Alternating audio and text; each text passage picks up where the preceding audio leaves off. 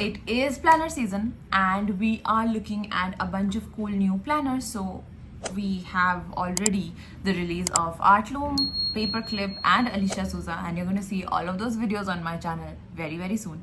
So today we're covering Artloom and the PaperClip, and these are the two brands that always release their planners the first, and it is interesting because Artloom has so many options of all of the covers that I'm actually stunned that how they do it like the first of the season all the time. And PaperClip is quite simplistic in its approach. It's more like work planners, but they also have a very like thorough detailed version. So let's check out Artloom first.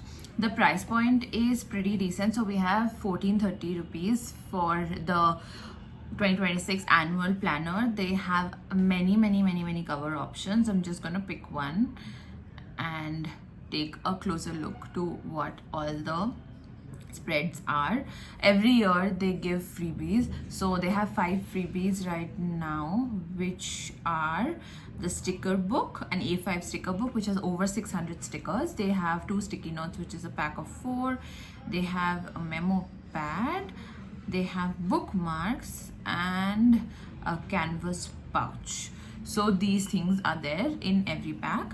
Now if we look at the planner, okay, they have really functional layouts, so let's just begin there.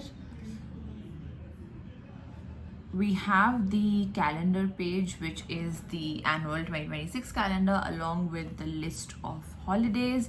We have all the pages are dated, so we do have the weekly week in 2 pages spread. It is horizontal layout, but there is enough space to write down everything that you would want to do in a week. And they have like a mock filled up spread also. This photo is quite extensive, like it's properly shows how many tasks you can fit in a day, so that's quite good. Then next we have important dates, and you also make a list of like cafes, restaurants, books, movies, etc., just like a collections thing. Here is a photo of how it looks laid flat. It doesn't look too bulky, like something you can easily put in your bag and take to work or to college or school, whatever stage of life you are in.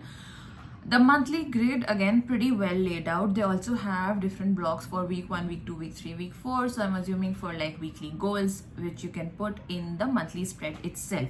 So all of these grids are quite big to fit in whatever you want to for that particular month. And I love this thing about Artloom, that they always include a dummy spread where they have filled in their like mock schedule, and you can kind of take inspiration and see how to use the stickers around it, how much will actually fill in each of the grids. And you know, it gives a very nice realistic expectations. Like they're not trying to cram 50 different things in one box, but if you have like 1 or 2 important events for a day, it will easily fit in the monthly grid. Then we come to what the monthly overview page looks like. Now this is quite detailed, and I really like it when there are companies who give a monthly overview which kind of splits into personal and work, because that just shows that they've thought that, you know, you don't want to use multiple planners, so you can put everything in one. So here we have a monthly motivation line. We also have top 3 priorities, what you're looking forward to. You have important dates and new things that you want to try. You do also have the monthly habit tracker, and you have space for 4 habits that you want to track in a month. Frankly, more than that is quite unrealistic anyway. Then you have a to-do list split into work and personal for the month, and you have a mood tracker, which basically are just circles, 31 circles for all of January, so you can just draw in the mood. And this, I feel, is a much more low inertia activity compared to something like coloring in bubbles. I mean, that's fun, but you don't always have the time. So if you're just going in through like doing 1 pen spread of like your month or your week and just like drawing a face that symbolizes how you feel, it's easier. It is less friction to just track your mood and keep that like accountability also. So pretty good inclusion here.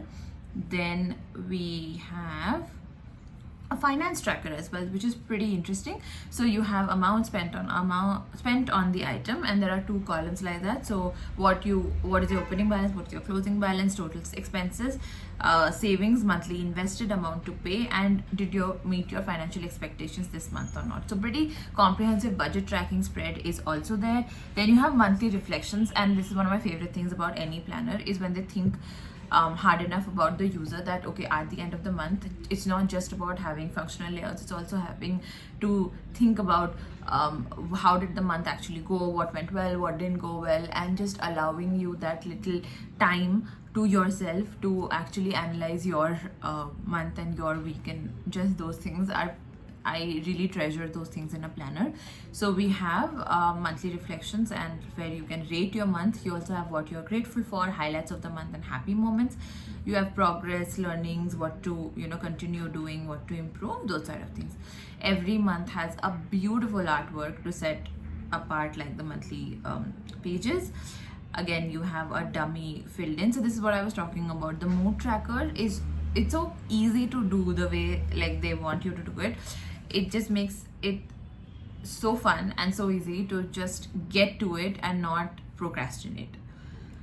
Next, you also have something called Say It with Stickers, where you are looking forward to, excited about, a perfect weekend, what am I working on, what brings me joy, and 2026 mood. So those things are also fun. They always give you opportunities to use all the cool stickers that they give you in the pack.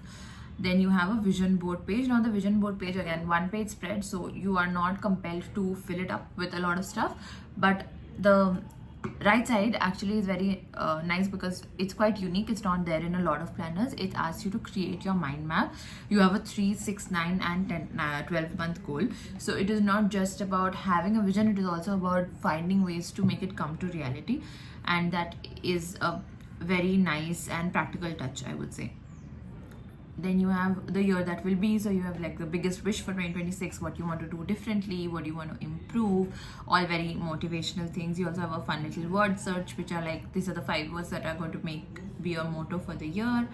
You have a year at a glance, where you have 1 to 31 numbers, like days numbered, and Jan to December, so you can maybe plan your leaves and all, which is what I use it mostly for, because as soon as I get my holiday calendar from work, I'll just put in what days are holidays, what days are weekends, and then I'll just map out like special events, if someone's getting married, or if we want to have a trip, and then what's the best way to plan it.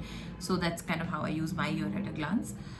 You also have lots and lots of notes pages, and yeah, I think that is it. So it just says yeah, if you order it right now, you'll get it with the 5 freebies, and it is 256 pages, A5 size, great quality paper, 120 GSM. So yeah, I mean, it's pretty compact, pretty good.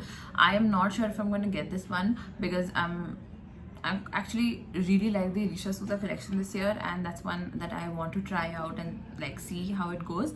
But also all of the other brands are still left in releasing their planners, and I'm very, very eager to see what they have in store.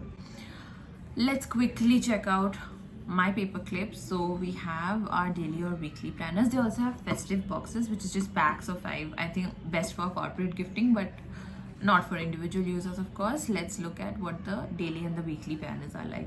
So they have a soft cover model, they have a hard cover model, they also have an Italian vegan leather version.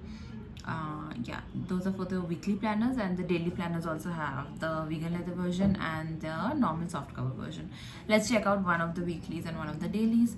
So first of all, this purple color is gorgeous, and the weekly is pretty straightforward. Actually, they don't do much with the spreads, because it's supposed to be mostly like a work planner, and you don't want to make it like too festive. So here you have all the months of the year, I think 2026, 2027, and then you also have a space for your important dates. You of course have lots of notes pages and more important date sections, and oh, all the pages are perforated. That's interesting. And this is priced at $6.95. You get 4 colors, amethyst, blueberry, lilac, and raspberry. Beautiful colors, but pretty straightforward. Doesn't really, I'm trying to see if they have like the actual weekly spread in any of the pages, but they do not. Yeah, they haven't put that in. but it's fine. Let's look at what the daily version looks like. Again, the daily is also pretty similar, so they don't have anything elaborate. They just have 1 day per page, and it's all lined paper. Very easy to take notes in. Very easy if you want to like take it for work and have 1 page a day for your meeting and notes and whatever new information that you're learning, or for your to-dos.